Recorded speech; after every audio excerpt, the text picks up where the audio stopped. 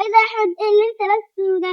انت عليك كده ليه؟ دي العباية القصيرة بتاعتك لما كنت عندك 4 سنين. وبعدين مالكيش دعوة، دي أنا لابسها ومستني صلاة العيد. أنت أصلا مش فاهمة حاجة. ده انت شكلك عليك بقى. ده انا هروح على مالكيش دعوة. يا سهير الحقيقة نعم يا لابس العباية اللي كانت عنده 4 سنين ده بتاعته، وبيقولك اروح اصلي بيها العيد. أنا مش فاهمة منك حاجة. تعالي نشوف أحمد. تعال اهو. ايه ده يا احمد؟ ايه العبط اللي انت عامله ده ولابس العبايه ليه؟ يوه، كل شويه حد يجي يقول لي كده، بعدين ما لكمش دعوه. دي انا لابسها عشان اروح اصلي بيها العيد.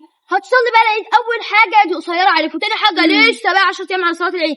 هتفضل مستني من دلوقتي؟ وبعدين ده انت امك لسه جايبه لك عبايه جديده من يومين، هتسيبها وتلبس دي؟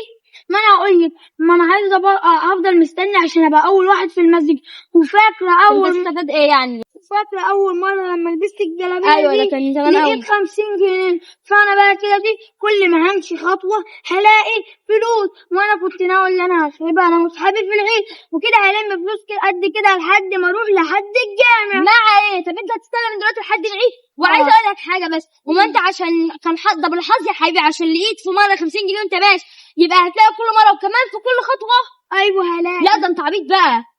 مش عبط منك. يلا روح. يلا يا بنت. لا ده انت تعبت خالص، براحتك. لا حول ولا قوه الا بالله، ده تعبت خالص يا بنتي. يلا نمشي من هنا. ده نفسي